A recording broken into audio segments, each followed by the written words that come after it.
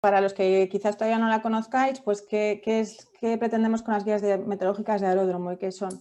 Es básicamente un documento en el que detallamos los fenómenos meteorológicos que pueden ser adversos en un aeropuerto, siempre desde el punto de vista del usuario y sobre todo, ahora lo veremos, del impacto. Forma parte, para EMET es un proyecto muy importante, forma parte de uno de los proyectos del Plan Empresarial Aeronáutico 2017-2021, ahora estamos haciendo el nuevo y también habrá que incorporar un poco la continuidad de este proyecto. Y lo está coordinando Alejandro Méndez Frades, que es quien da luego la charla en último lugar, si no me equivoco, la parte de impactos, que está haciendo un trabajo buenísimo y bueno, ya aprovecho aquí también para reconocerlo, puesto que él no se tira las flores a sí mismo, pero vamos, que está haciendo un trabajo muy bueno y además también también quería agradecer un poco el trabajo de todos los compañeros de AEMET que están involucrados, que ahora aquí tenéis una representación de 3 de ellos y que es importante quiero recalcar que son jefes de unidades operativas y que aún así pues están haciendo el esfuerzo de que ese conocimiento se traslade a los usuarios además de su trabajo operativo y bueno, aprovecho para agradecérselo. Os he puesto ahí el enlace, también os lo ha puesto el COPAC para su difusión, lo tenéis ahí y el objetivo realmente también es importante destacar que si bien pretendemos nuestro objetivo principal sería llegar a los usuarios y que entendieran los fenómenos que hay, entendieran mejor lo que implica, pero también a nosotros también nos es útil a nivel interno cuando se incorpora también gente nueva a las unidades o es esa transferencia de conocimiento de lo que se ha identificado.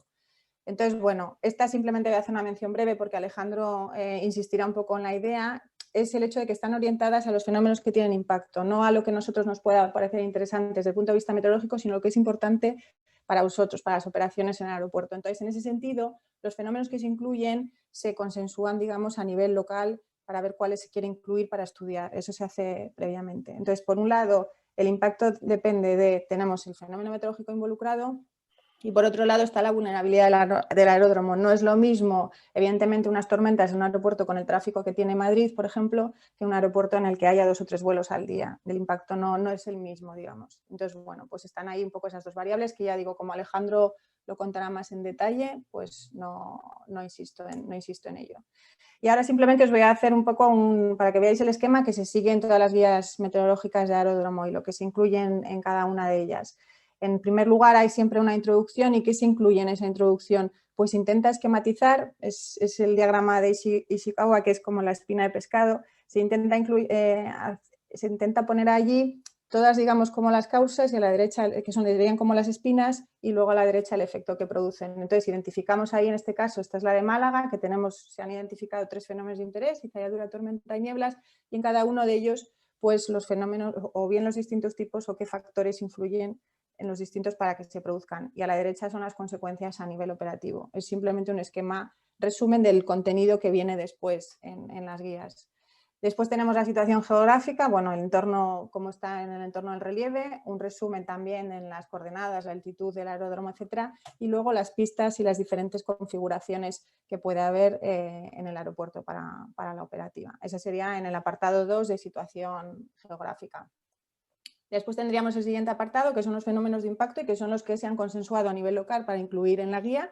Este es un ejemplo, o sea, en esa guía que os he puesto ahí, ese índice es el caso particular de Málaga, pero habría otras guías en las que los fenómenos serían otros, podrían ser más. Madrid, por ejemplo, tiene alguno más o en algunos casos pues podrían ser menos. Y aquí ya viene toda la descripción de la parte meteorológica, por ejemplo, os he puesto ahí unas figuras de diferentes guías en este caso la de La Palma, pues analizar en qué situaciones meteorológicas se produce.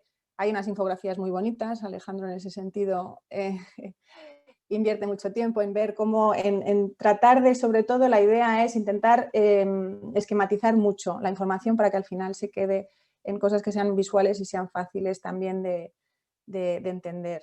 Y ese es el apartado en el que se hace todo ese análisis meteorológico, de ver cuándo se producen, en qué situaciones y entender qué hay como también modelos conceptuales de por qué se produce y ese entendimiento, ¿no?, de qué hay detrás.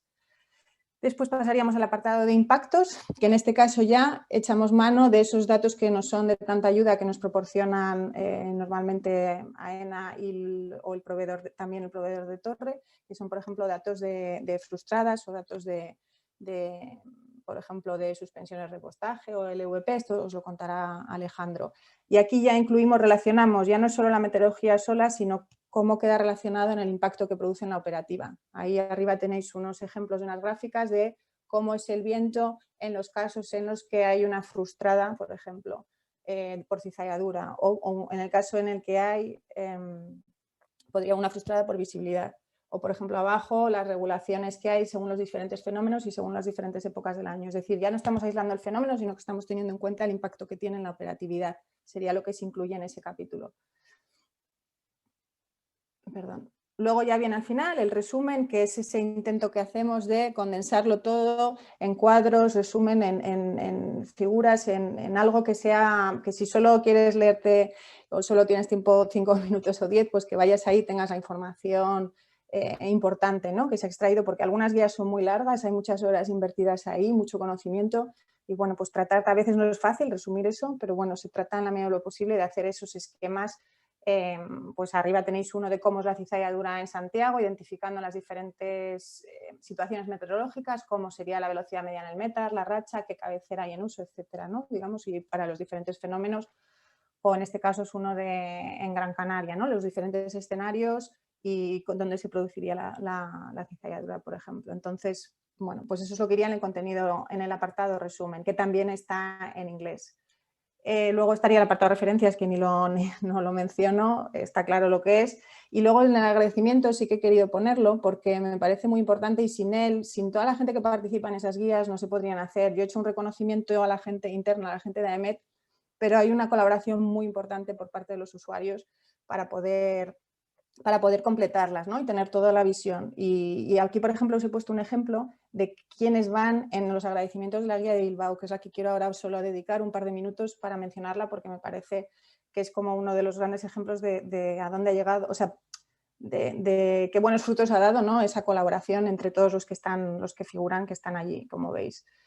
Entonces, en la guía meteorológica de Bilbao, ¿cómo han contribuido cada uno de esos usuarios? Digamos, pues la compañía aérea Vueling, por ejemplo, proporcionó registros meteorológicos de sus vuelos en algunas situaciones que les pedimos, cosa que es muy difícil conseguir a las compañías porque son bastante reticentes por cuestiones de seguridad. Gracias a eso pudimos identificar, arriba, la gráfica arriba es donde se ven casi los rotores producidos por la turbulencia a sotavento de una montaña, o se identifican zonas de cizalladura, están marcadas en los círculos rojos en la aproximación, ¿no? Te permiten como validar el esquema conceptual que tenemos meteorológico y ver con los datos, pues efectivamente se está produciendo donde pensamos.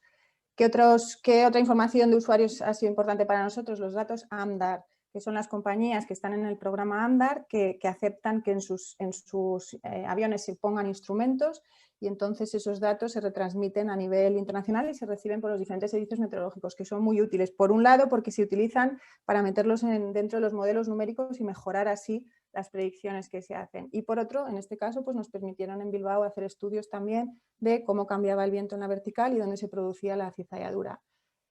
Pilotos, por ejemplo, y torre control. Aquí la colaboración de los pilotos fue fundamental y el COPAC nos ayudó mucho, participó de hecho en ese grupo de trabajo que se creó en Bilbao, y se lo queremos agradecer nuevamente, en hacer la difusión entre los colegiados y en solicitar esa colaboración en la campaña que se organizó en Bilbao. Gracias a la información que nos remitisteis todos los pilotos, pudimos identificar, arriba tenéis según la distancia a la cabecera, en las zonas donde se produjeron las notificaciones de cizalladura o de turbulencia, o abajo, por ejemplo, la altitud a la que se producían las turbulencias de mayor severidad. Y eso fue posible gracias a que se puso en marcha esa campaña específica y con vuestros datos, porque no teníamos datos en esa parte de aproximación que es la fundamental. ¿Y en qué también ha sido muy importante? En los registros que nos remiten tanto a ENA como en aire, por ejemplo, de sus frustradas o de sus por ejemplo, activaciones LVPs, etcétera. En el caso de Bilbao nos permitió ver que muchas frustradas se producían con esta primera columnita. La primera columnita es con viento en calma, o la segunda es incluso, perdón, o con viento flojo. Es decir, se confirmó algunos ya indicaban que no era necesario tener un viento fuerte en superficie en Bilbao para que se produjera un fenómeno importante de cizalladura. Entonces, que no bastaba a veces solo con mirar podría no bastar con solo mirar el METAR, porque el Metarte podría estar dando viento en calma o viento flojo y podría haber cizalladura, y eso fue gracias a también toda esa información que nos llegó de los usuarios. Y en Bilbao, gracias a eso, pues también acabamos teniendo esos cuadros resúmenes y nos sirvió, toda esa ayuda nos sirvió para validar el sistema que teníamos ahí instalado, que era un sistema de cizalladura a niveles bajos, que vimos que no era todo lo adecuado que podría ser para cómo era la cizalladura en Bilbao. AEMET ahora ha instalado un LiDAR Doppler 3D y os vamos ahora a pedir, aprovecho para lanzar aquí otra vez la llamada a la colaboración, porque queremos ahora, se ha puesto en marcha un proyecto y queremos poner en marcha una campaña de validación en los próximos años en las que otra vez os solicitaremos vuestra colaboración para poder validar un poco las alarmas que salgan de ese sistema, porque el LiDAR no es como un anemómetro que tú lo instalas y te da el viento en ese momento. Tienes que, a partir de la información que te da de desplazamiento, digamos, mide como la velocidad de desplazamiento de las partículas, a partir de ahí puedes inferir cizalladura y turbulencia, pero tienes que calcularlo con un algoritmo, no es directo. Entonces hay que hacerlo, poner en marcha también campañas de validación para validar, digamos, esa cuestión. Y nada, y esta ya es la última transparencia. Hay 7 guías que ya están publicadas. En el 2021 esperamos poder completar esas otras 3 que vais ahí. Estamos ahora sí que tratando de tener al menos ahora las de los aeropuertos con más tráfico terminadas. Y ahora pues mis compañeros, hay compañeros aquí para contaros la guía de Madrid, cuestiones de la guía de Madrid, la guía de Barcelona o la guía de Canarias, a los que pues ahora a continuación seguirán y os contarán los detalles. Y simplemente, pues nada, agradeceros esta oportunidad, y sí que lo he puesto así con un por favor, de que por favor nos hagáis llegar vuestras sugerencias. El COPAC os remitirá un cuestionario también en el que hemos incluido ahí unas preguntas para tener vuestra información de retorno, y si no, si os ocurre después de que el cuestionario ya se ha cerrado, siempre tenéis ahí el correo del coordinador. Para nosotros es muy importante recibir información de retorno de qué cuestiones os parece que están bien recogidas o mal recogidas, cómo creéis que podemos mejorar las guías para que pudieran ser más útiles para vosotros. Y esa información para nosotros es fundamental, porque es saber si estamos en la línea correcta o qué cuestiones, cómo podemos mejorarlas. Así que yo os pido que invirtáis un pequeño tiempo en darnos esa información, porque nos cuesta recibir información de retorno de algo en lo que hemos invertido mucho tiempo y nos gustaría sobre todo que fuera lo más útil posible. Y nada más por mi parte, muchas gracias. Mi nombre es Darío Cano, soy el jefe de la oficina de la estación meteorológica del aeropuerto de Barajas, y voy a pasar a hacer un resumen del contenido de la guía meteorológica del aeropuerto dirigida a los impactos. Voy a dividirla en distintas situaciones meteorológicas, voy a dejar aparte las tormentas, que son lo más complicado, también es de lo que más impacto produce, pero vamos a ver otros impactos que parece que en situaciones de buen tiempo, pero que tienen mucho interés. Vamos a hablar de las brisas de montaña, que es un fenómeno diario en el aeropuerto de Madrid, de las nieblas y la reducción de visibilidad, y de los fenómenos que producen cizalladura. Aquí os tengo situado más o menos el aeropuerto de Madrid, aquí a la derecha, y a la izquierda donde está marcado en su orografía, con toda la observación meteorológica que tenemos alrededor. Aparte de la observación propia del aeropuerto, que es mucha, pues veis, estamos en un sitio donde, aparte de estaciones automáticas, estaciones con personal, tenemos también un radiosondeo justo al lado del aeropuerto, un radar, en fin, que es una región con bastante buena observación, buena red de observación. Bueno, esto tampoco es muy común en todos los sitios, pero en el caso de Madrid, pues lo es. El primer fenómeno que vamos a describir es el de las brisas de montaña. Son fenómenos de buen tiempo, por el cual durante la noche, en días de estabilidad, donde el viento dominante no es importante, con cielos despejados, durante la noche se establece un viento catabático, que es una caída de aire frío desde las montañas hacia los valles, y por el día, pues al revés, es un ascenso, los vientos anabáticos desde los valles hacia las montañas. Aeronáuticamente el viento catabático no tiene mucho interés porque rara vez supera los 5 nudos, o sea que no tiene interés de ningún tipo. El anabático, sobre todo en los meses de verano, y cuando digo meses de verano van desde mayo hasta octubre prácticamente, este viento puede superar los 10 o 15 nudos. Quiere decirse que el aeropuerto necesita cambiar de configuración. El aeropuerto cambia de configuración actualmente con viento de superficie en cola superior a 10 nudos. La configuración preferente de este aeropuerto es configuración norte, pero todos los días, porque esta situación de las brisas de montaña se da prácticamente todos los días, pues a una determinada hora, que varía según el mes del año, pero entre las 9, las 10 Z, 11 o por ahí, el viento cambia y llega a superar los 15 nudos, con lo cual el aeropuerto tiene que cambiar la configuración. Aquí os tengo unos días de un mes de julio, para que veáis cómo es un fenómeno que se repite todo el tiempo. La dirección del viento está aquí a la izquierda, en el eje Y, entre 0 y 360, o sea, todo esto es norte, norte, norte, llega un momento, se pone sur, rolando a suroeste, norte, norte, norte, sur, rolando a suroeste, y así todos los días prácticamente de los meses de calor. Y aquí a la derecha, como en una de las cabeceras del aeropuerto, os doy la media y la desviación típica de la velocidad del viento, solamente del viento en cola, cómo se supera el viento en cola es bastante normal. Es la media y está dentro de la desviación, es bastante normal. Uno de los problemas de gran impacto que tiene este fenómeno, aparte de cambiar la configuración, es que hay que cambiarla en las horas que más tráfico aéreo hay, ¿no?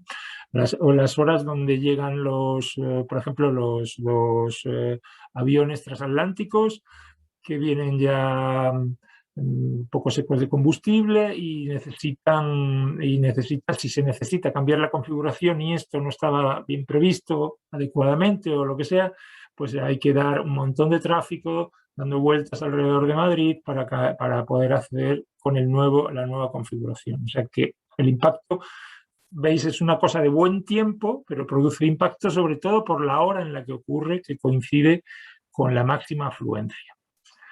Otro fenómeno de interés son las nieblas. Estas son si el otro eran los meses de verano, este es en los meses de invierno. Os pongo ahí como es también. Cielos despejados suele ser, hay otros tipos, pero lo más normal son cielos despejados, por lo tanto, vientos catabáticos durante el invierno y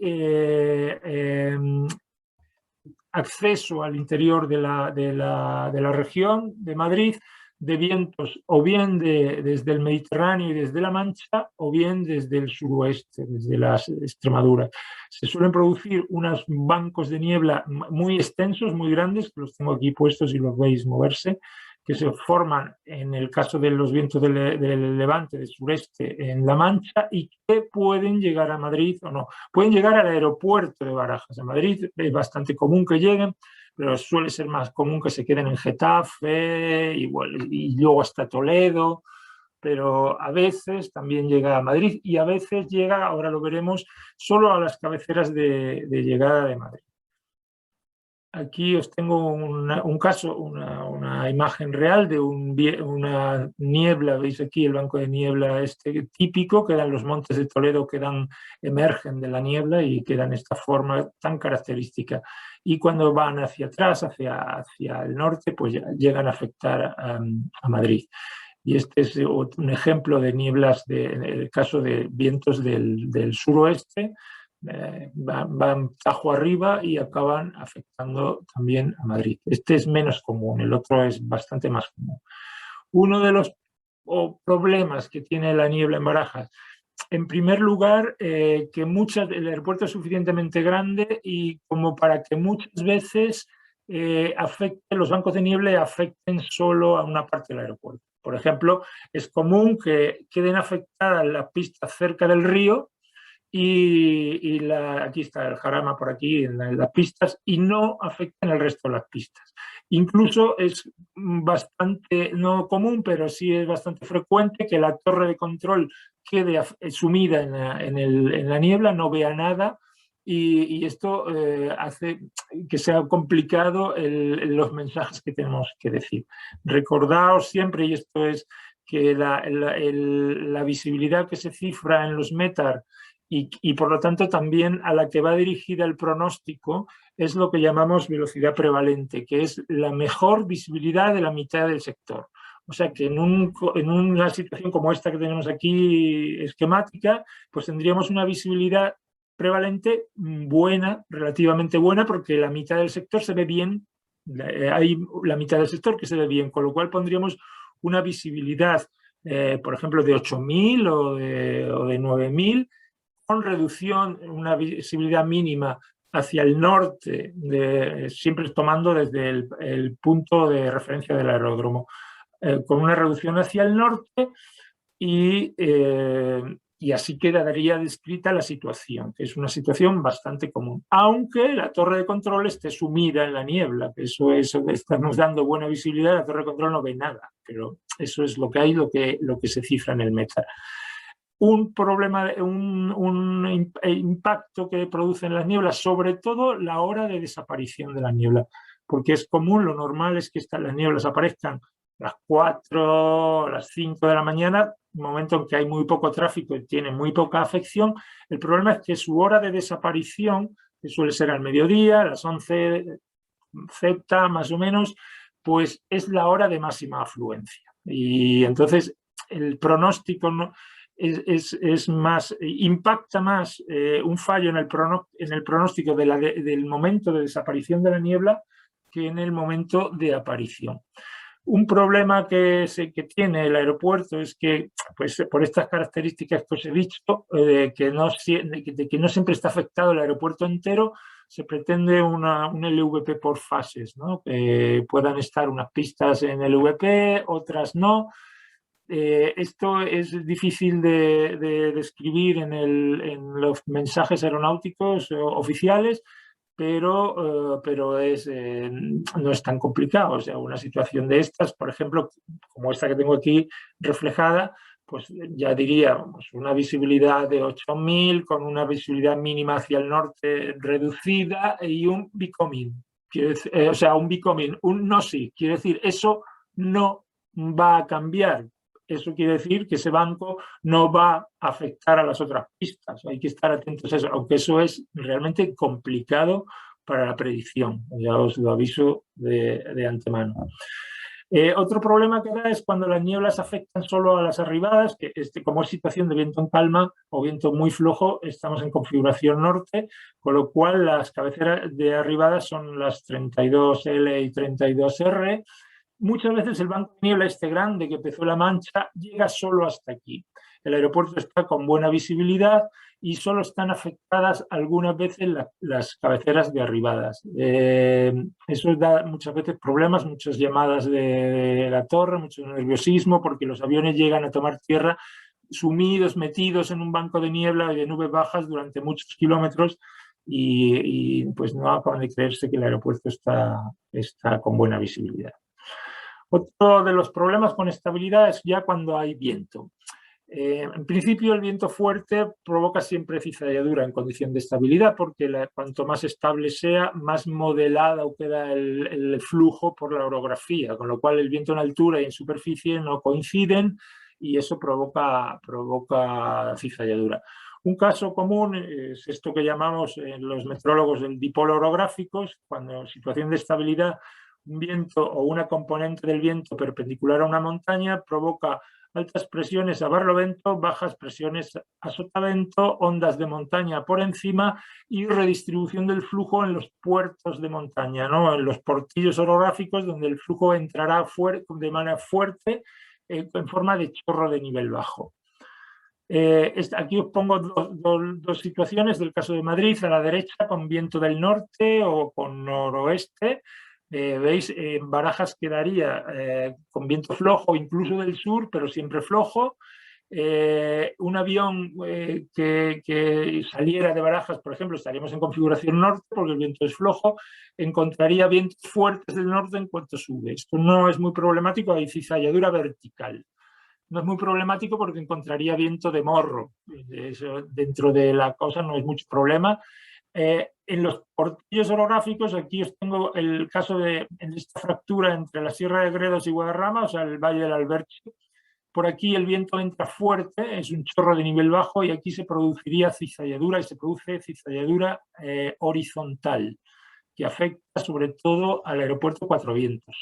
A Barajas este tipo de cizalladura no le afecta tanto. Un caso más complicado para Barajas es cuando el viento es de sur, recordad, vientos más o menos fuertes y situación de estabilidad. Con vientos de sur, las altas presiones a barlovento se producen sobre Madrid y la baja a sotavento al otro lado de la sierra, ¿no? Aquí tengo un día concreto, vemos como hay aquí una retención, viento flojo, por lo tanto, si el viento es flojo o incluso de norte, podría ser de sur, pero flojo, aquí sí la configuración del aeropuerto es de sur, de norte, porque el viento es flojo, pero el viento en altura es de sur fuerte, o sea, viento en cola. Este ya es más complicado para las aeronaves y produce, de hecho, más frustradas que el caso de la derecha de vientos del norte. Aquí os tengo el caso de, como aquí es un perfilador de viento, aquí en el eje Y es la altura respecto del suelo y en el eje X las horas. Como veis, tenemos viento norte a todas las horas en altura, pero por debajo de esta línea roja tenemos ya viento sur, pues estamos en la baja sotavento.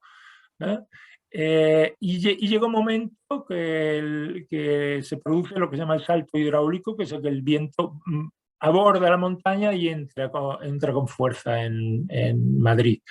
Esto puede ya mantenerse así con viento del norte o puede que vuelva otra vez a establecerse el dipolo, con lo cual es difícil establecer las horas en los pronósticos en los que esto ocurre.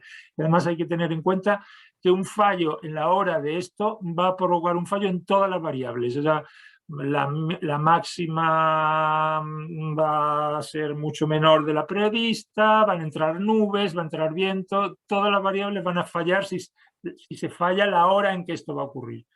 ¿Vale? Este es el caso al revés, con el viento del sur, el caso que os he puesto antes, como veis lo mismo, en altura, aquí está la altura, estamos viento sur fuerte, pero por debajo de esta línea de por aquí el viento es de norte, flojo, el aeropuerto está en configuración norte, pues imaginad en configuración norte un avión que venga a aterrizar a estas horas, que está, por ejemplo, a estas horas, la capa límite que limita las dos estructuras está a 50-100 metros de tierra.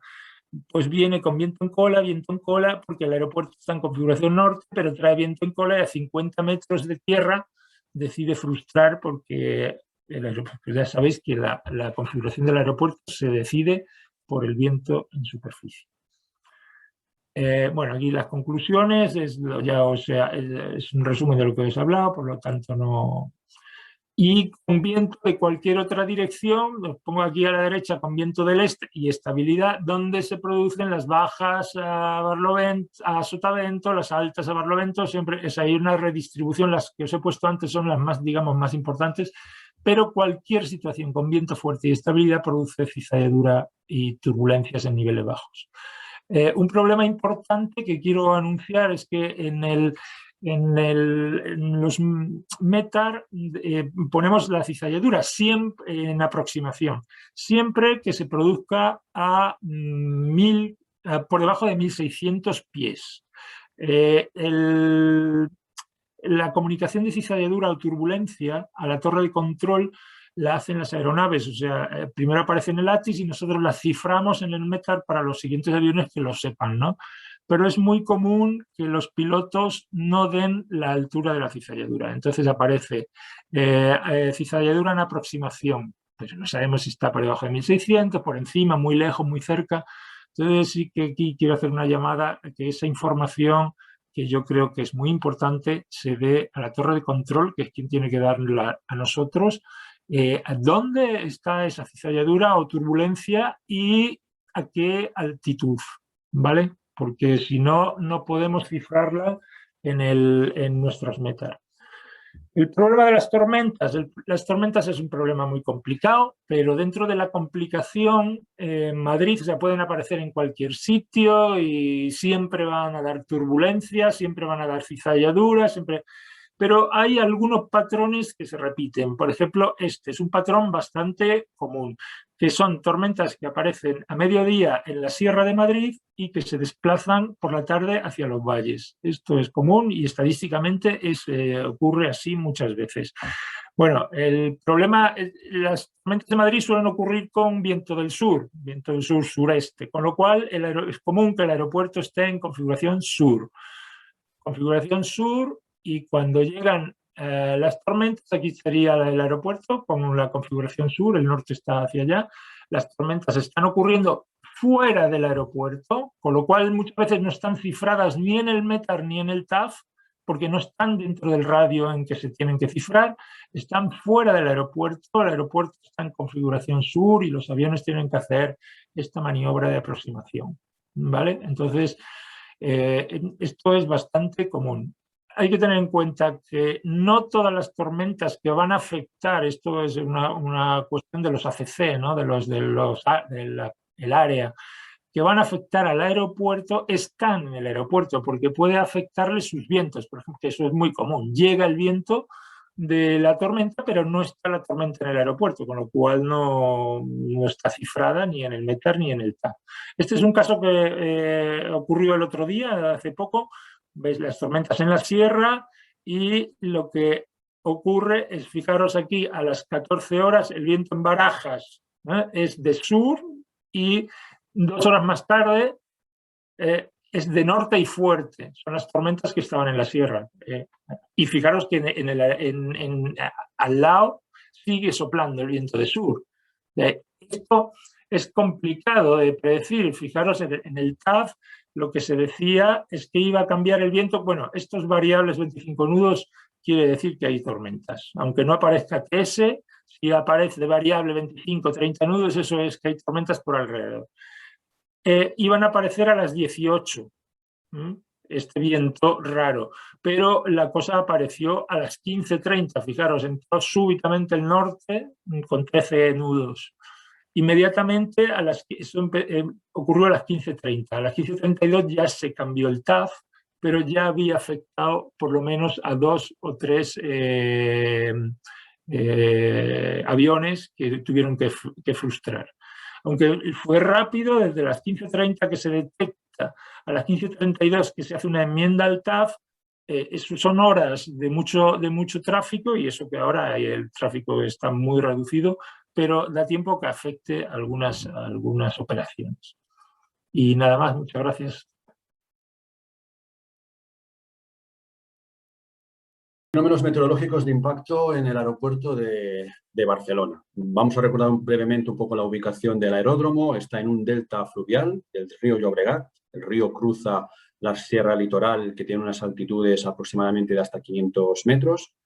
Y bueno, la distribución de pistas es la que me imagino que se conocen bastante. Son dos pistas paralelas a la costa y la transversal. Los fenómenos que se describen en la guía pues son tormentas, es la cizalladura del viento, un par de ejemplos. La visibilidad reducida sea por nieblas o por visibilidad reducida debido a lluvias intensas. Y luego se habla de otros factores como lluvias cálidas intensas, que básicamente es un patrón nocturno que tiene menos afectación por haber menos tráfico en esas horas, y brisas de mar. Para focalizar un poco, resumir un poco, de momento vamos a comentar estos fenómenos: tormentas, cizalladura y visibilidad reducida por nieblas marítimas de adversarial. De cizalladura, pues hay dos patrones que son recurrentes, sobre todo el segundo, que es una corriente de densidad, que luego veremos qué significa, una corriente de densidad en el litoral de Barcelona. Y el otro tipo de cizalladura es cuando hay vientos de componente fuertes, racheados, que han cruzado toda la península y llegan al aeródromo. Vamos a ver unos ejemplos y qué significan. Esta sería la cizalladura que se produce cuando tenemos un viento de componente oeste que ha cruzado toda la península, que llega muy perturbado, muy irregular. Para nada se parece al viento de levante, que es mucho más laminar. Tropieza con el macizo del Garraf de hasta 500 metros y a sotavento se encuentra el aeródromo de Barcelona. Lo que ocurre es que vamos a pasar, que aunque el pronóstico sea que en la senda de aproximación sea viento de componente oeste en todos los niveles, por esa rugosidad y por ese relieve que se encuentra y por la ubicación del aeródromo, lo que se acaba observando es que en pistas puede haber viento totalmente contrario, viento incluso de componente este. Un ejemplo, pues es un ejemplo reciente, creo que es de este enero. Vemos que en situaciones de oeste, justamente, ¿qué observamos en pistas? Pues en cabeceras 25 encontramos viento del este, nordeste, norte y viento del suroeste, oeste en otras cabeceras. ¿Qué significa eso? Pues una cizalladura horizontal en el campo del aeródromo que justamente sorprende, porque todo el mundo se está esperando viento de componente oeste y lo que acaba viendo es un viento contrario. Con lo cual puede implicar, si este viento supera los 10 nudos, que puede ser, pues cambios de configuración de pistas pues con cierta urgencia. Lo bueno de estas situaciones es que persisten poco tiempo, son intervalos breves, hasta que se vuelve a recolocar el viento dominante del oeste y vuelve a barrer el aeródromo y se vuelve a mantener el viento, digamos, previsto. Esto sería un tipo de cizalladura, un viento de componente oeste con mucha rugosidad y muy perturbado. El que quizá tiene más, sucede muchas más veces y está como más bien recogido por los modelos en bastantes ocasiones, aparte de retrasos o no retrasos, es lo que se llama una corriente de densidad. Esto es debido a que en situaciones de un patrón de viento de tramontana cierzo, se acaban formando dos masas de características muy distintas, en las que generalmente la frontera entre ellas está muy cerca del aeródromo de Barcelona. Al norte hay una masa húmeda y fresca, temperatura más baja, y al sur una masa más cálida y más seca. La masa fresca tiene una densidad superior a la masa que se encuentra al sur. Esa delimitación de densidad está bastante bien definida y está bastante reducida en el espacio. Con lo cual llega un momento que la masa densa, la del norte, se acaba abalanzando hacia el sur y acaba invadiendo el delta del Llobregat, suponiendo un cambio brusco de las direcciones del viento, pudiendo pasar rápidamente de viento del oeste o suroeste o de componente oeste de 15-20 nudos a un viento totalmente contrario de componente este.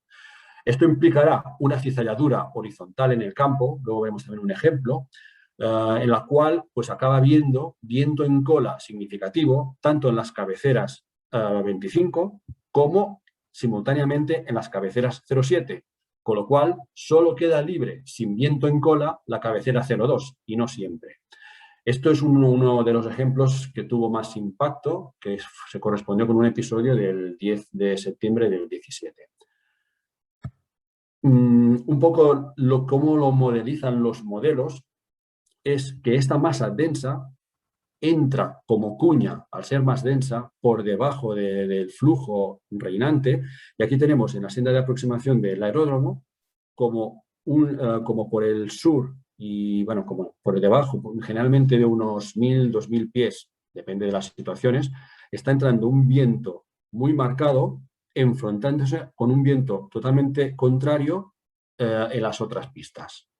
Eso implica una cizalladura tanto en la horizontal, que tiene una transición que por términos generales puede durar 20 minutos, aunque en ciertas situaciones puede durar bastante más, y a la vez hay una cizalladura vertical, en el sentido de que mientras está haciendo la aproximación la aeronave se encuentra un viento del oeste y justo cuando llegaría abajo se encuentra un viento en cola marcado, por lo cual tiene que haber un cambio de configuración de pista e intentar venir por el otro lado.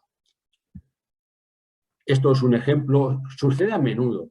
Lo que pasa es que no siempre tiene el impacto igual en función pues, del tráfico que haya. Esto es un episodio reciente de este mayo. Vemos aquí las cabeceras, esto es las 14 Zulu. Todas las cabeceras tienen un viento de suroeste marcado, incluso con rachas de hasta 20 nudos. 10 minutos más tarde, vemos ya que una de las cabeceras empieza a girar y está entrando ya esa cuña densa por el norte.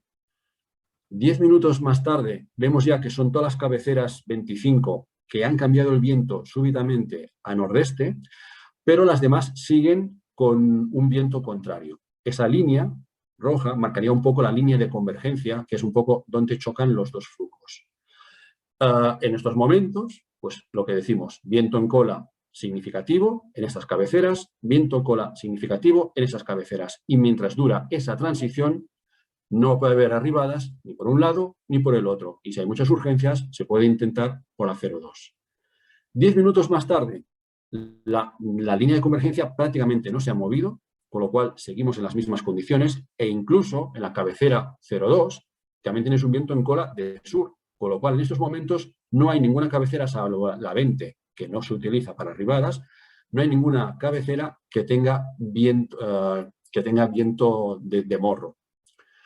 10 minutos más tarde, por suerte, la línea de convergencia se ha desplazado ya ligeramente hacia el sur, digamos, está barriendo el viento denso del nordeste y fresco todo el aeródromo, y poco a poco se puede ya establecer un cierto orden en el sentido que ya habrá un viento definido para tomar decisiones.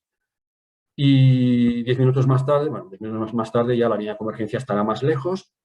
Y lo que comentábamos antes, que estos episodios, por lo general, si son limpios y rápidos, pueden durar 15-20 minutos, pero a veces, cuando las líneas de convergencia se quedan atascadas en las pistas o quedan muy cercanas a las cabeceras sur, el episodio este tiene pues, impacto muy grande, sobre todo si son a las puntas.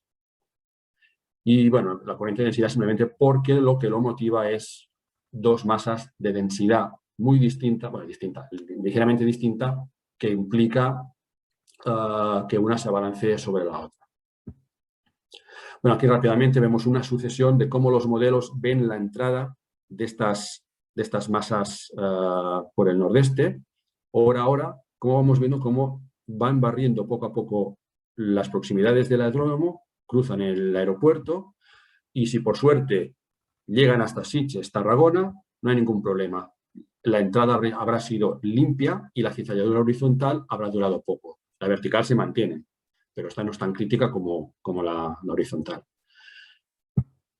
Y bueno, pasamos, para ir aplicando un poco, a otro de los fenómenos que es la visibilidad reducida. Hay dos tipos, las nieblas y las relacionadas con las precipitaciones intensas, que esta es la habitual en cualquier aeródromo. Las nieblas en Barcelona, digamos, son muy distintas a las que ha comentado Darío en Barajas, porque aquí son nieblas marítimas de advección, son nieblas que se forman en el mar, no se forman en horas nocturnas necesariamente como son las de interior peninsular, son unas nieblas que se forman cuando una masa cálida, de las primeras masas cálidas que a principios de la primavera recorren el Mediterráneo de sur a norte, se encuentra en un mar que aún está muy frío, y las capas más bajas se van enfriando y pueden llegar a saturarse y luego condensarse y formar esas nieblas. Hay varios requisitos, pero como veis, donde se forman es en el mar. Las islas, la costa, se ven perfectamente sin niebla. Una vez se han formado en el mar, el problema es cuando un pequeño flujo de viento marítimo, ya sea de sur, de este, suroeste, arrastra esas masas hacia los aeródromos que están pegados a la costa, como es el caso de Barcelona. Esto es una típica situación de nieblas marítimas que luego se advectan. Y bueno, lo que hemos comentado es eso, para la formación necesitas una primera masa cálida que ven de procedencia generalmente africana, generalmente que se vaya enfriando las primeras decenas de metros, se alcance la temperatura de rocío, se condense el vapor y se vayan formando o estratos bajos, brumas o posteriormente nieblas. Y luego pues hará falta el viento marítimo que las traslade hacia el litoral. Generalmente no tienen mucho espesor, pueden tener 50 metros, 200, generalmente predominan las de a veces 50 metros. Es decir, que hay edificios de la fachada litoral que la niebla los cubre sobre la mitad. Hará falta el viento marítimo y un viento flojo, tiene que ser inferior a 8 o 10 nudos, generalmente 4 o 5 nudos. Cuando el viento supera los 8 o 10 nudos, esta niebla generalmente se convertirá en estratos bajos o muy bajos, pero la visibilidad horizontal empezará a mejorar. ¿Hora del día en que puede suceder? Pues cuando el viento advecte esa niebla hacia la costa. ¿Cuándo puede ser? En cualquier momento del día. Hay situaciones en que puede ser a media tarde, a final de la tarde o a mediodía. ¿Y meses más favorables? Pues el requisito de que el mar esté muy frío en comparación a la masa cálida que llegue, con lo cual generalmente suele ser primavera, marzo, abril. Semana Santa suele estar en esos meses. Aquí vemos un poco, bueno, pues en esa presentación veo que no se desarrolla el loop que había programado. Bueno, si se moviera ese loop, veríamos cómo la temperatura cada vez se enfría más, la temperatura de rocío aumenta porque se humedece y cuando se tocan rojo y verde es la condición ya inicial para que se formen las nieblas. Había un problema y veo que en esa presentación no se me activa el loop. Bueno, el aspecto visual es eso, son muros de nubes marítimos. Aquí teníamos la torre del aeropuerto de Barcelona, que están aquí como esperando. Y a veces se puede pasar horas viendo cómo están aquí y no se adentran tierra adentro porque no hay nadie que las empuje. Y simplemente es intentar predecir en qué momento el viento moverá ese paquete hacia el interior. Y otra visualización son como esos tsunamis de niebla que se acercan al litoral de Barcelona, por ejemplo. Bueno, no nos vamos a extender mucho más. Eso es un ejemplo de un día que la niebla persistió muchas horas. Situaciones de Cabot prácticamente todo el día hasta que estos bancos de niebla se advectaron hacia la costa. De noche, si hay terral, es decir, viento de tierra, va a mantener esas nieblas mar adentro, pero poco a poco, cuando amanece y se va estableciendo un viento de sur o sureste, pues vamos a pasar de unas condiciones Cabot a unas condiciones de niebla con bastante celeridad. Ese día en concreto, pues pasamos de Cabot a niebla, se mantuvo la niebla muchas horas. ¿Y cuál es el mecanismo para que se pueda desplazar ya del aeródromo? Pues que por fin entre un terral, un viento de interior, siguiendo el cauce del Llobregat, que las empuje otra vez más hacia el interior. Y luego pues vamos a hacer un repaso de algunos de los patrones típicos de tormentas.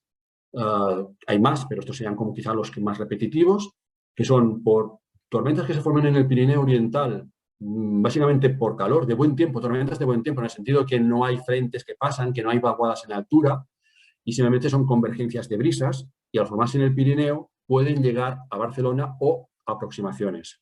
Luego, convergencias, tormentas que se forman por convergencias de vientos justo en el litoral de Barcelona, que son muy frecuentes, y luego líneas de turbonada que vienen del oeste, que se ven venir, por suerte. Y bueno, simplemente, y eso ya lo comentará Alejandro, pero simplemente decir que las tormentas representan en Barcelona el 80% de regulaciones en las arribadas, con lo cual el impacto es importante. Tormentas en el Pirineo Oriental, pues en verano, esto es la densidad, la climatología de descargas eléctricas en los meses de verano en la península ibérica, y vemos que hay unos máximos en el Pirineo, otros en Castellón, pero los máximos del Pirineo son los que probablemente muchos de ellos, al desplazarse o al propagarse hacia el suroeste, que es una de las direcciones típicas de propagación, alcancen Barcelona y, si no, Barcelona, aproximaciones que en el fondo viene a ser el mismo problema. ¿Cómo se forman? Pues las brisas marítimas en un día de verano, típico de verano, remontan el Valle del Llobregat, el Ter, la Muga, hacia el Pirineo Oriental. Igualmente por la vertiente francesa. Convergen en las cimas de las cordilleras del Pirineo Oriental y por disparo térmico se formarán los TCUs, los cumulonimbos y tormentas si hay las condiciones apropiadas. ¿Qué puede suceder a continuación? Pues que una vez han formado esas tormentas, en su propagación se irán formando nuevas tormentas delante de los frentes de rachas, de los vientos superficiales que generan, pueden levantar nuevas tormentas más al sur. Y estas son las que pueden llegar a afectar, si bajan por el Llobregat o bajan por el Montseny hasta el Maresme, la zona de Barcelona. Un ejemplo sería este de aquí, que tenemos unas tormentas formadas en el Pirineo por convergencia de brisas. Y aquí tenemos las tormentas de segunda generación, que no son las mismas, sino que son otras originadas por las primeras. Y estas, al llegar a Barcelona, pueden no cifrarse tormenta, porque no llegan a las millas suficientes para estar en el Metarotaf, pero sí pueden implicar un cambio en la dirección del viento, por consecuencia de los flujos que perturban las tormentas, pasando, por ejemplo, de una brisa normal de 200 a un viento del este, que implica otra vez cambio de configuración de pistas. Otro tipo de tormentas mucho más habitual, bueno, también muy habitual, son cuando volvemos a tener un patrón cierzo-mestral-tramontana, se forman otra vez convergencias en el litoral catalán. Aquí ya necesitamos situación de inestabilidad, el paso de un frente o una vaguada en altura, a diferencia de las anteriores. ¿Qué ocurre en estos casos? Bueno, necesitamos un vórtice, una vaguada en altura para que lo dispare, y lo que vemos es esa convergencia de vientos. Una convergencia de vientos siempre implica un viento contra otro viento, y claro, como que el viento no se lo puede tragar la tierra, tiene que ascender. Y en el ascenso, pues formación de torrecúmulos CBs. ¿Dónde se van a formar? A lo largo de esa línea de convergencia. ¿Qué hacen esas líneas de convergencia? Pues generalmente la tramontana entra con fuerza y esta línea se va a ir desplazando hacia el sur. Cuando llega a Barcelona, a veces se disparan tormentas antes o a veces se disparan justo en Barcelona. Así que no vienen de ningún lugar, por lo cual la predicción es más difícil. Cuando ya tenemos la convergencia justo en la vertical, pues tormentas que se pueden formar y justo en el litoral y luego desplazándose hacia el mar. Esto sería una distribución de rayos típica de este patrón. Primero las tormentas empezarían por aquí, hacia el límite Barcelona-Girona, y se van desplazando hacia el límite Tarragona-Barcelona, en esa dirección. Y aquí tenemos pues un loop de una situación de esas. Vemos cómo las tormentas van resiguiendo siempre la línea de convergencia y generalmente no bajan mucho más del delta del Llobregat. Y luego ya la muerte suele ser yendo hacia el mar. Y para terminar y no alargarnos mucho, el otro patrón son líneas de turbonada. Son líneas de tormentas que pueden tener una longitud de 100 kilómetros tranquilamente, que se forman en Aragón o en Teruel o en la zona de Lleida, y que se desplazan muy organizadas hacia el este, pudiendo llegar a alcanzar Barcelona. Estas líneas muy bien organizadas implican, bueno, en las que conviven células tormentosas de muchas fases, inicial, madurez, que se disipan, es como un collage, implican, aparte de una precipitación intensa, implican un cambio de viento que puede ser importante, sobre todo en la intensidad de la racha. Y un ejemplo, aquí tenemos, vale, como no funciona en el loop en esa presentación, tendríamos, si pudiéramos ver el loop, esa línea de turbonada, cómo se desplaza y acaba barriendo toda Cataluña y alcanzando el aeródromo de Barcelona. Eso sería la distribución de rayos, y lo que implica en una gráfica, pues vemos la intensidad del viento, como en el momento de llegar la línea de turbonada hay un pico de rachas que en este caso sobrepasaron los 80-90 km por hora. La suerte, bueno, ese patrón de tormentas, lo bueno que tiene es que pueden ser violentos, pero duran poco. Es decir, que no ocupan un espacio temporal importante. Y aquí la misma línea de turbonada pasando por Lleida. Vemos el cambio de dirección brusca del viento, pasando de un norte de una dirección a otra, y con el pico de la intensidad del viento. Y estos ejemplos que también están en la guía, de una línea de turbonada que se generó en la zona de Aragón y también se desplazó hacia el aeródromo de Barcelona. Lo bueno es que se pueden ver venir. A veces también hay falsas alarmas, pueden morir antes de llegar, pero al menos la primera alerta se puede dar. Y nada, no me quiero extender mucho más, estos serían simplemente los picos de viento de esta línea turbonada. Y eso sería un poco el resumen. Hay más, pero creo que con esto tenemos la primera visión de los principales factores que pueden afectar, bueno, afectan de hecho al aeródromo. Y eso sería un poco todo. Se encuentra ubicado en la costa este de la isla de Gran Canaria y como vemos la orografía de la isla es bastante escarpada, bastante abrupta. De la zona central donde se encuentra la máxima elevación parten multitud de barrancos en todas las direcciones que desembocan en las zonas costeras y esto de cara al comportamiento del viento les afecta porque muchas veces el viento se canaliza por estos barrancos y en la desembocadura interfiere con lo que sería el flujo sinóptico puro, ¿no? En las cercanías del aeropuerto hay varios barrancos en los que puede verse afectado y generarse zonas de turbulencia y cizalladura.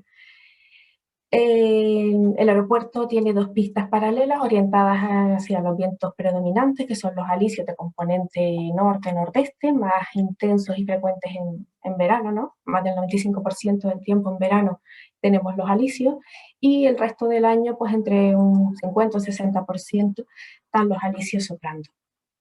En cuanto a los fenómenos de impacto, principalmente la calima y la cizalladura. La calima, bueno, la cercanía al continente africano hace que, pues, de vez en cuando, de forma ocasional, a lo largo del año, pues nos entren irrupciones de aire sahariano que pueden afectar en mayor o menor medida a la visibilidad. En esta tabla vemos cómo se representa ante el periodo 2013-2017 el número de días en los que en los METAR se cifraron calima. Y vemos que de 22 días, 16 corresponden a periodo de invierno. Esto significa que hay distintas situaciones sinópticas que pueden traer el polvo en suspensión desde el continente africano. En invierno viene más por superficie. Tenemos que el anticiclón está sobre Europa y norte de África, bajas presiones al sur de Canarias, y esto genera un flujo de componente sureste bastante marcado, que cuanto más intenso sea, pues más fuerte es el viento y más polvo puede arrastrar. El típico caso de irrupción fuerte fue el mes de febrero del año pasado, 22 y 23 de febrero, que tuvimos una fuerte irrupción de polvo sahariano que redujo la visibilidad por debajo de los 500 metros en el aeropuerto de Gran Canaria y afectó operativamente a muchísimos vuelos.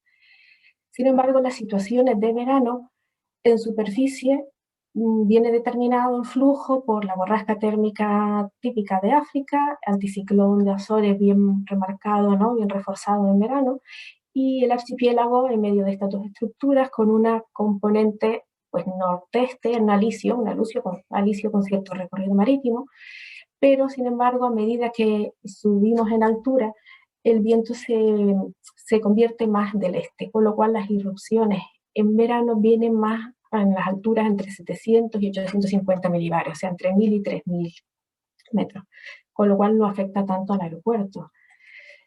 Esto traducido a impacto, tenemos que en invierno se refleja reducción de visibilidad en el METAR y afecta a los aterrizajes y despegues, como les comento en febrero del año pasado. Sin embargo, en verano no se refleja tanto en superficie, sí que puede reducirse a lo mejor 9000, 8000 metros, pero que no afecta operativamente, pero sí puede afectar a la aproximación. Si tenemos una capa densa de calima a lo mejor sobre los 2000 metros, pues un piloto que está en la aproximación es posible que no vea el aeropuerto hasta que no atraviese esta capa de calima. Una vez que la atraviesa, pues la visibilidad mejora muchísimo. El otro fenómeno que podemos tener de importancia es la cizalladura. Y los factores que favorecen la presencia de cizalladura, por un lado, es la orografía y la inestabilidad. La orografía actúa canalizando por los barrancos el flujo y también haciendo que bordee el contorno de la isla, ¿no? Intensificándose en algunas de las zonas. Y la inestabilidad, que viene asociada a convección, pues la convección, al suponer movimientos ascendentes, también supone cizalladura vertical. Antes de empezar con los escenarios de cizalladura, vamos a ver el efecto, ¿no? Y cómo afecta la inversión típica del alisio al comportamiento del viento.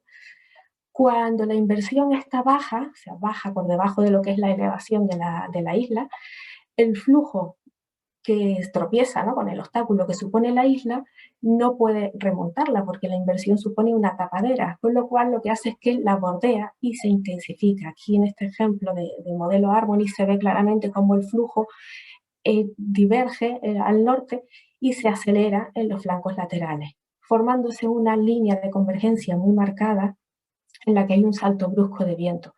A sotavento pues hay prácticamente calma, no se meten las brisas normalmente, y aceleración del flujo en esta zona. Este sería el típico día de alisio de verano, con un alisio, viento de componente norte-nordeste, donde esta línea de convergencia, que los pilotos le llaman el corte, se encuentra bastante al sur y alejado de la zona de aproximación del aeropuerto, que suele ser esta. Cuando esta situación es muy marcada, se ve claramente, ¿no?, aquí la isla Gran Canaria, dónde llega la inversión, dónde llegan las nubes y cómo se forman estos remolinos a sotavento, que se llaman los vórtices de von Karman, ¿no? Por el efecto isla se forman remolinos que van descendiendo corriente abajo y se van disipando.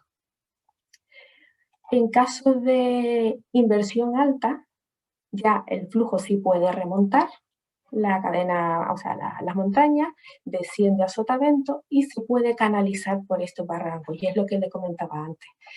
Esta desembocadura de los barrancos, aquí está el aeropuerto, pues puede generar zonas de cizalladura y turbulencia, ¿no?, porque interfiere este flujo descendente pues con el flujo normal que viene por esta zona costera. Y entonces pasamos a ver, así de forma breve, los escenarios favorables para cizalladura en Gran Canaria que se reflejan en la guía.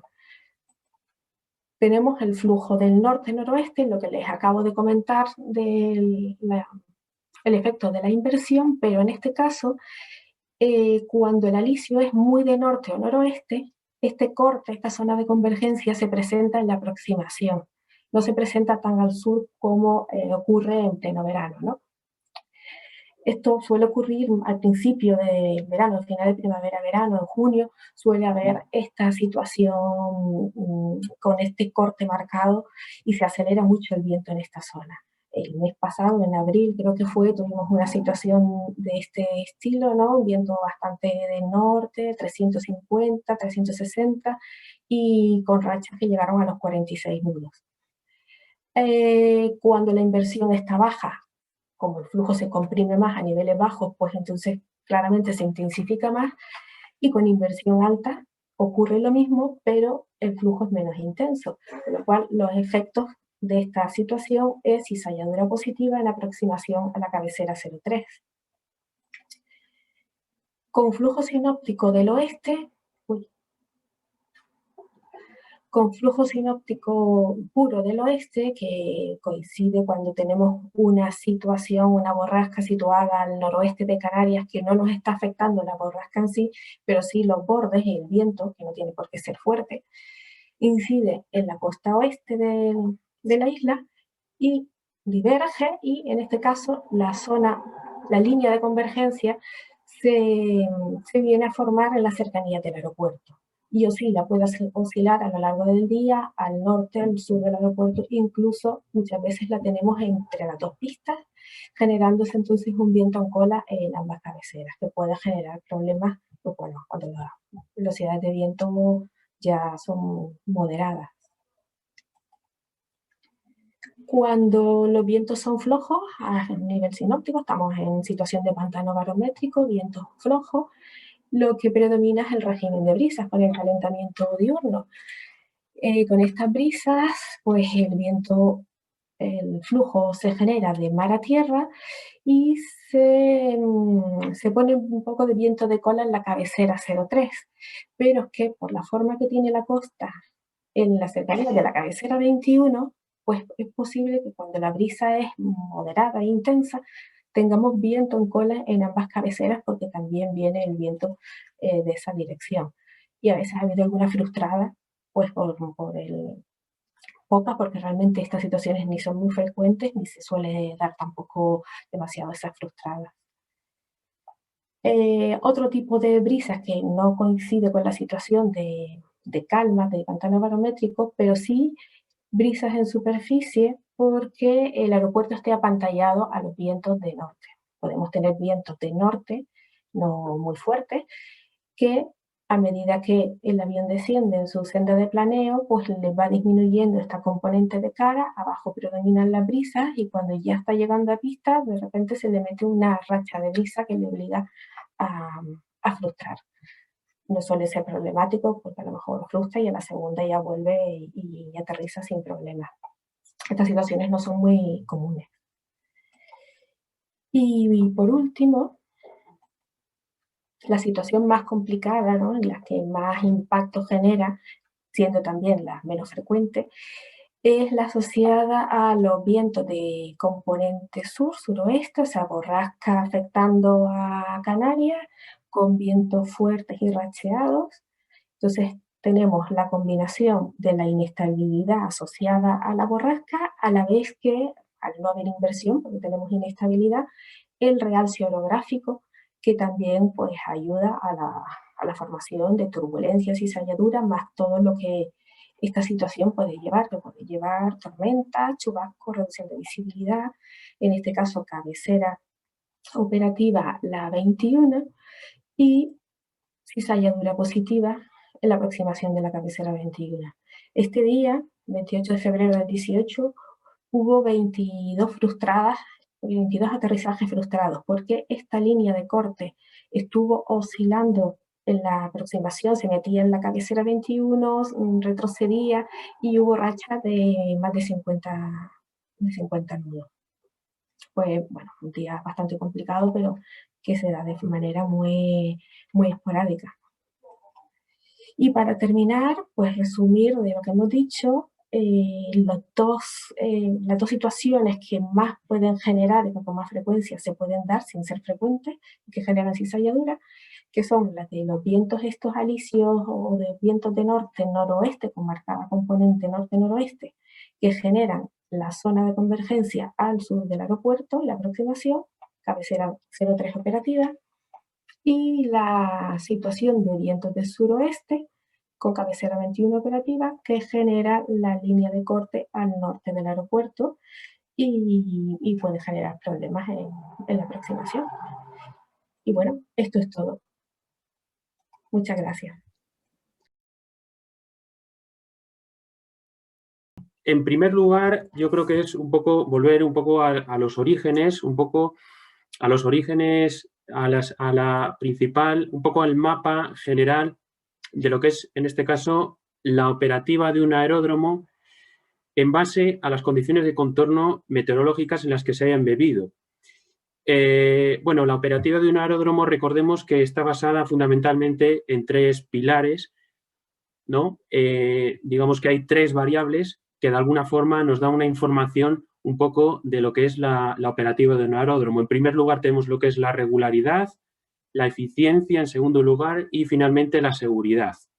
Bueno, pues estas tres variables están supeditadas de alguna manera en base a las condiciones meteorológicas reinantes. En este caso, las condiciones meteorológicas constituyen un factor limitante de lo que es, en este caso, la operativa de un aeródromo, ya que la planificación en cuanto a operaciones se puede ver seriamente restringida en función de la presencia de, pues, como hemos visto de algún episodio meteorológico, por la presencia de cizalladura, tormentas en las vecindades del aeródromo, un episodio de visibilidad reducida que está en este caso formado por nieblas o techo de nubes bajas, etcétera, ¿no?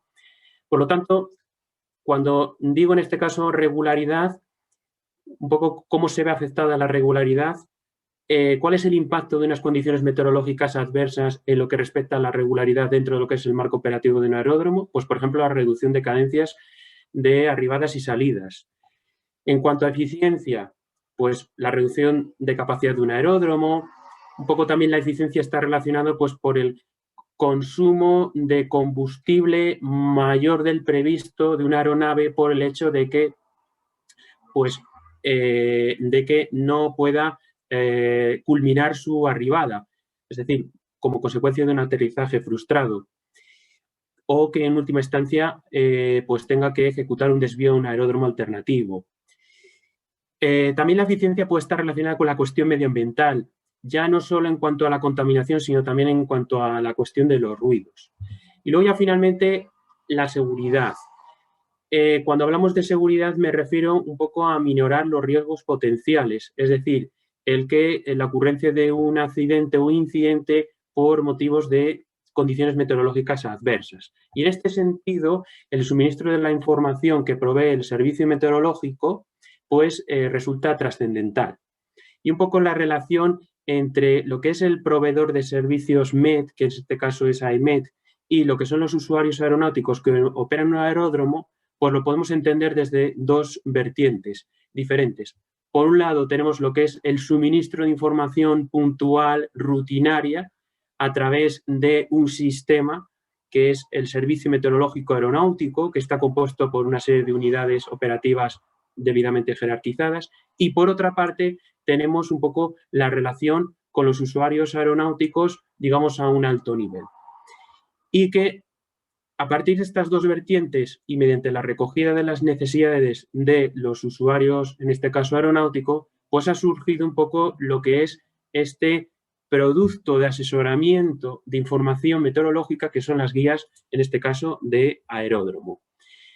Que, como ya anunció en la primera presentación Mariona, su objetivo es dar a conocer, en este caso, pues la nómina de fenómenos meteorológicos que potencialmente son adversos dentro del operativo de un aeródromo.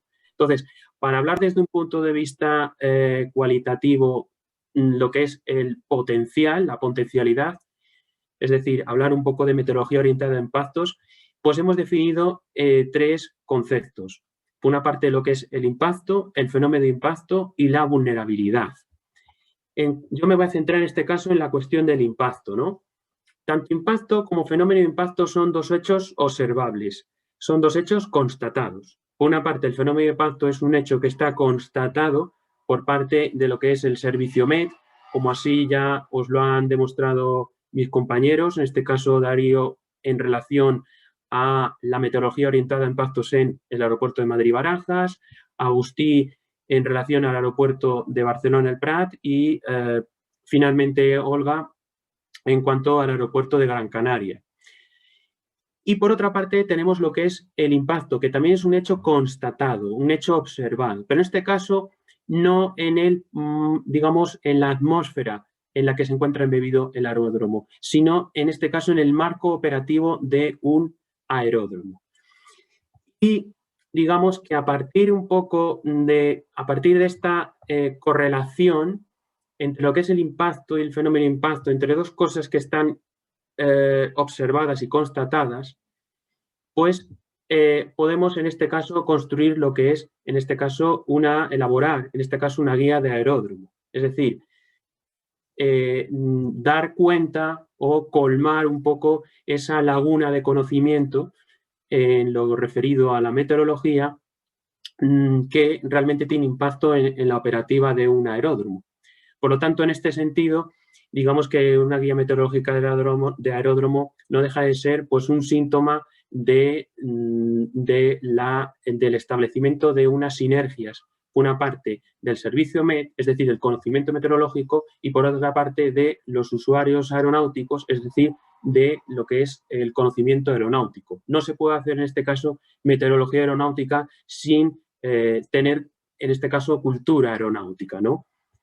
Bueno, pues en este caso, cuando hablamos de impacto, digo que es un hecho constatado, he dicho también que es un hecho observado. Bueno, pues ¿qué evidencias tenemos de lo que es la cuestión del impacto? Que para nosotros, como técnicos de meteorología que somos, nos es útil. Bueno, pues en primer lugar tenemos pues las activaciones del procedimiento de baja visibilidad, ¿no? Lo que viene a ser una decisión, en este caso, adoptada por el gestor aeroportuario para adaptar, en este caso, la planificación de operaciones en base a un contexto meteorológico muy concreto y muy restrictivo, como es en este caso, pues, por ejemplo, la presencia de la formación de nieblas. Pues para nosotros, los datos, un poco el histórico, los datos de la activación del procedimiento de baja visibilidad, pues presuntamente nos informan del impacto, en este caso, de la formación de un fenómeno meteorológico que llamamos nieblas, cuyo impacto es la reducción de visibilidad. Por otra parte, tenemos la activación de la suspensión de repostajes. Pues disponer de esta información, en este caso, nos informa presuntamente del impacto de las tormentas en las vecindades, en este caso, de un aeropuerto.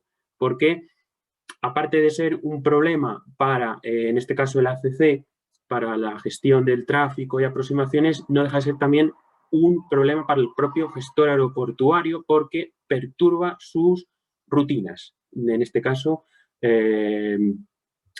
previstas, ¿no? Por otra parte, tenemos lo que son los aterrizajes frustrados, otro dato de gran interés, que en este caso están suministrados por el servicio ATS. Los aterrizajes frustrados nos informan también presuntamente del impacto de, en este caso, de la presencia de cizalladura en las vecindades, en este caso de un aeródromo. Luego también el reporte de desvíos. Pues cuán de restrictivo en este caso es un fenómeno meteorológico, porque recordemos que los desvíos en este caso, digamos que es dentro de los estadios de lo que es el impacto, pues es el peor de los deseados, porque bueno, una frustrada puede llevar en este caso a un posterior intento, un segundo intento de aproximación para culminar la arribada, pero un desvío no deja de ser en este caso quizá la decisión o la operación más lesiva en cuanto a la operativa. Y luego finalmente tenemos lo que son las regulaciones, un dato también esencial que un poco permite pues ver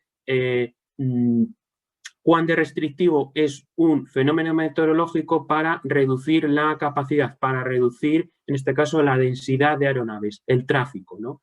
En este caso en la aproximación a un aeródromo, porque recordemos que las guías de aeródromo, como su propio nombre lo indica, se circunscribe en este caso al ámbito aeroportuario. Bueno, pues a partir de esta información, pues nosotros podemos evaluar, ya particularizar en los diferentes casos. Por ejemplo, en el caso de Madrid-Barajas, bueno, pues ¿qué información, qué valor añadido puede aportar el conocer en este caso las frustradas? Bueno, pues en este caso, aquí podemos comparar un poco cómo es el viento en condiciones normales y que es a la izquierda, es decir, una climatología al uso del comportamiento del viento en Madrid-Barajas, frente a la derecha, el comportamiento del viento solamente en aquellos episodios en los que hay cizalladura, en este caso.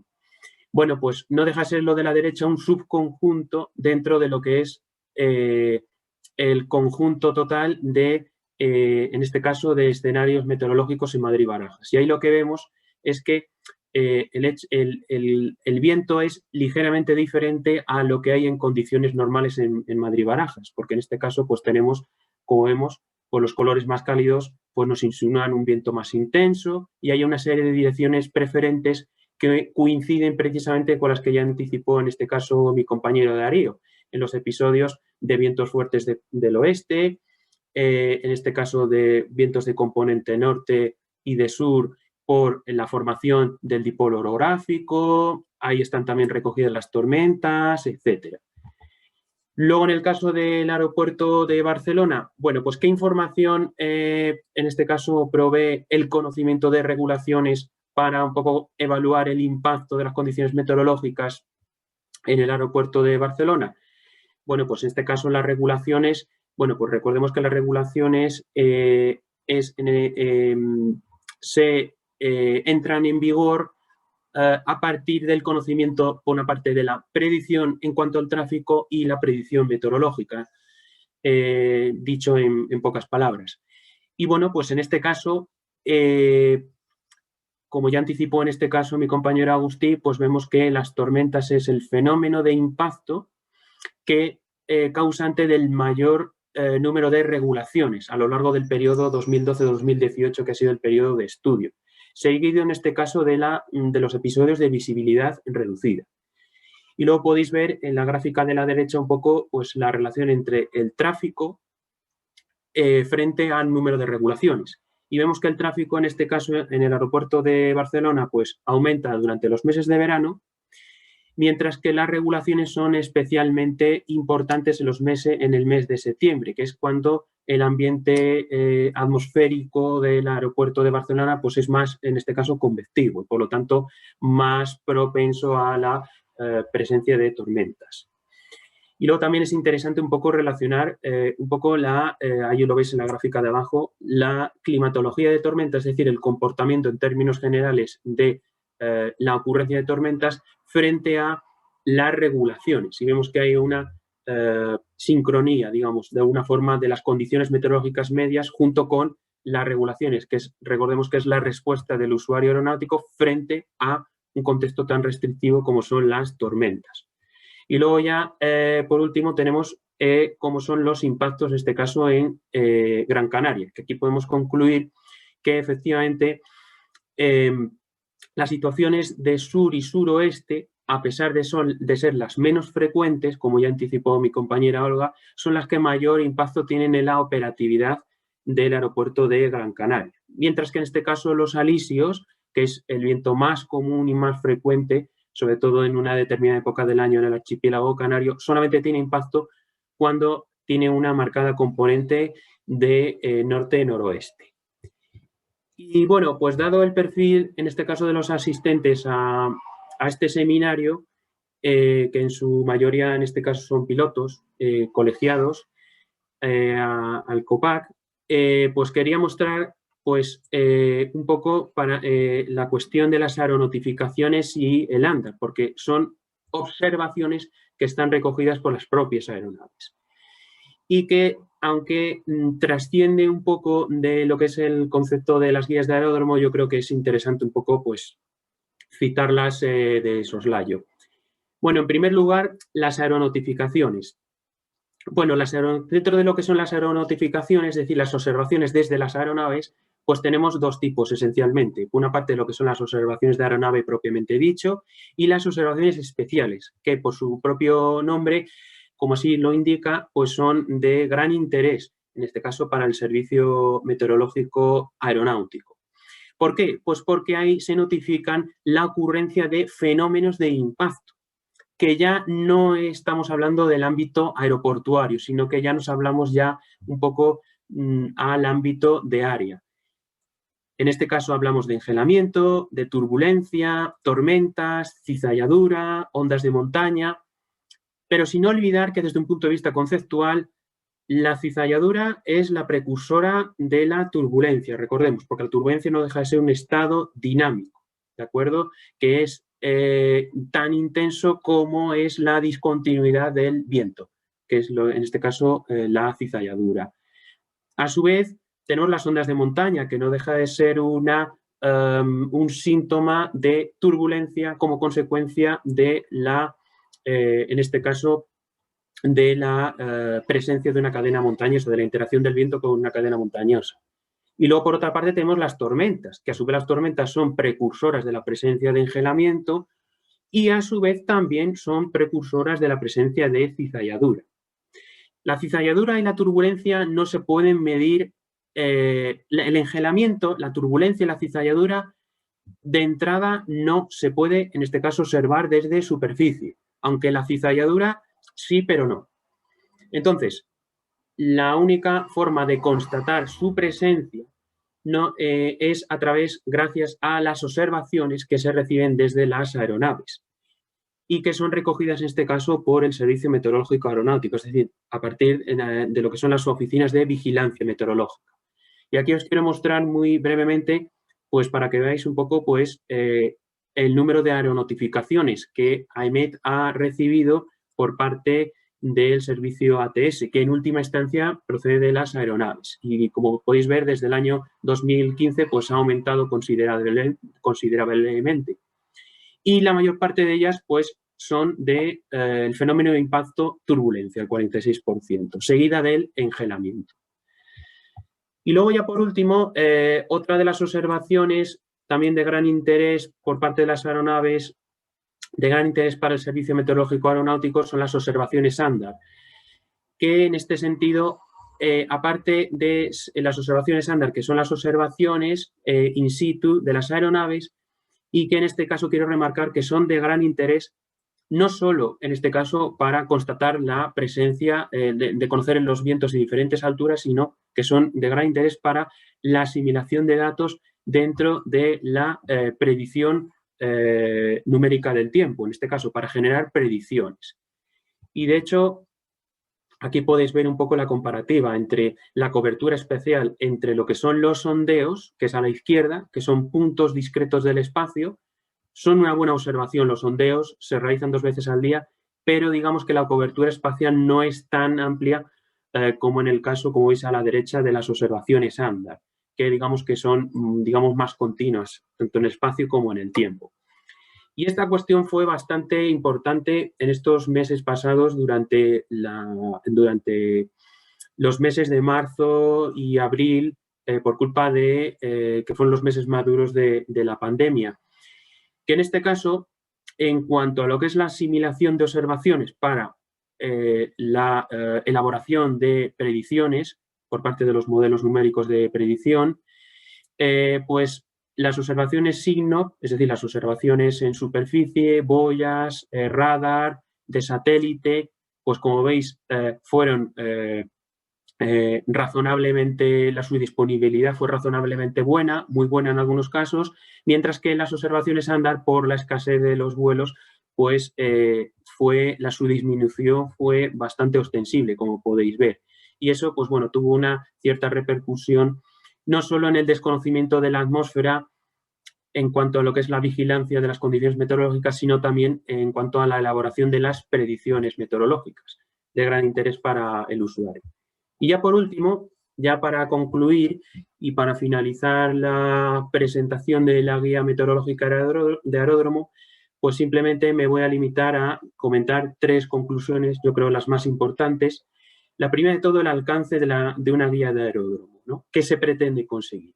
Pues lo que se pretende es identificar, es un ejercicio de identificación de los fenómenos de impacto. Cuando decimos fenómenos de impacto, no nos restringimos a todos los fenómenos meteorológicos, sino aquellos en los que tienen realmente repercusión en la operativa de un aeródromo. Por otro lugar, como segunda conclusión, ¿qué es lo que se pretende en este caso obtener, ¿no? Bueno, pues la elaboración exitosa de una guía de un aeródromo concreto permite un poco cuantificar la vulnerabilidad de un aeródromo, es decir, en qué medida un cierto aeródromo, cierto aeropuerto está expuesto, tiene cierta predisposición a sufrir, en este caso, a que su operativa se vea reducida como consecuencia de la ocurrencia de un fenómeno de impacto, ¿de acuerdo? Y cuán de restrictivo, ¿de acuerdo? Cuán de restrictiva está su operativa, se ve restringida por la ocurrencia de un fenómeno de impacto. Y por último, tercero, una guía de aeródromo no deja de ser una información complementaria a lo que es una climatología aeronáutica de aeródromo.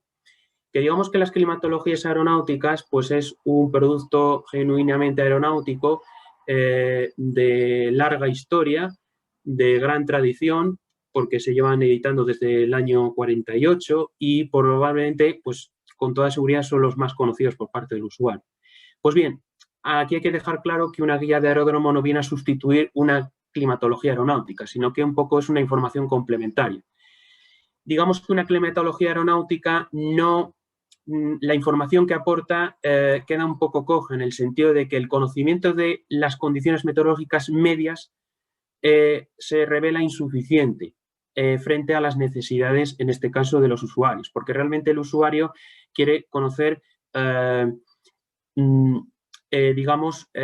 condiciones meteorológicas más adversas en el sentido de que, en última instancia, para diseñar, digamos, procedimientos de contingencia, elaborar procedimientos para adaptar, en este caso, su operativa en la medida de lo posible de que el servicio, pues, digamos, prevalezca, ¿no? El conocimiento del impacto, desde luego, aporta mayor valor añadido a diferencia del conocimiento de las condiciones, en este caso, medias de la atmósfera. Y nada más. Muchas gracias.